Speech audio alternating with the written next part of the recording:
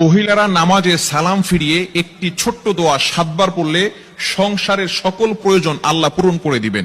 মনে রাখবেন, আমাদের মা বোনরা যারা আছেন তারা অনেকেই কিন্তু সংসারের ভিতরে সুখ চান, শান্তি চান, এবং বিশেষ করে অনেক সময় স্বামীর অবস্থা খুব ভালো থাকে না। স্বামী দেখা যাচ্ছে অনেক কষ্ট করছে, কিন্তু সংসারে কোনো উন্নতি করতে পারছে না, ডেভেলপ করতে পারছে না। এই জন্য মহিলারা বিশেষ করে যারা আছেন তারা কিন্তু ঘরের ভিতরে অনেক সময় পান, নামাজ পড়ার একটু সময় পান, নামাজের পরে একটু আমল করার সময় পান। যেহেতু পুরুষরা বাহিরে থাকে, সকালবেলা বের হয় আর অনেক রাত্রে চলে আসে, এবং বিশেষ করে অনেক কষ্ট তারা বাহিরে করে থাকেন। বিশেষ করে পুরুষরাও যদি পারেন এই আমলটি করবেন। 5 ওয়াক্ত নামাজ আপনাকে মাস্ট বি পড়তেই হবে। যদি আপনি সংসারের ভিতরে সুখ চান, শান্তি চান এবং প্রয়োজন হাজত গুলো পূরণ করতে চান, তাহলে অবশ্যই 5 ওয়াক্ত নামাজ আপনাকে মাস্ট বি পড়তে হবে। নামাজ ছাড়া আপনি সংসারের ভিতরে কখনো পশ্চিম কালেও আপনি কিন্তু সুখ এবং শান্তি আনতে পারবেন না। একটু বলেন তো, সুখের মালিক কে? হ্যাঁ, সুখের মালিক হচ্ছেন আল্লাহ।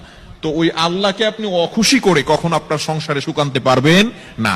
একমাত্র কাজ হচ্ছে নামাজ পড়া। নামাজ 5 ওয়াক্ত নামাজের পরেই এই ছোট্ট দোয়াটি পড়তে হবে। দোয়াটি হচ্ছে ইয়া কাদিয়াল হাজাত, ইয়া কাদিয়াল হাজাত। আপনি নামাজে সালাম ফিরানোর পরে 5 ওয়াক্ত নামাজ আপনাকে পড়তে হবে। নামাজের পরে সালাম ফিরানোর পরে আপনি আল্লাহু আকবার পড়বেন একবার, আস্তাগফিরুল্লাহ 3 বার, এরপরে আপনি পড়বেন ইয়া কাদিয়াল হাজাত, ইয়া কাদিয়াল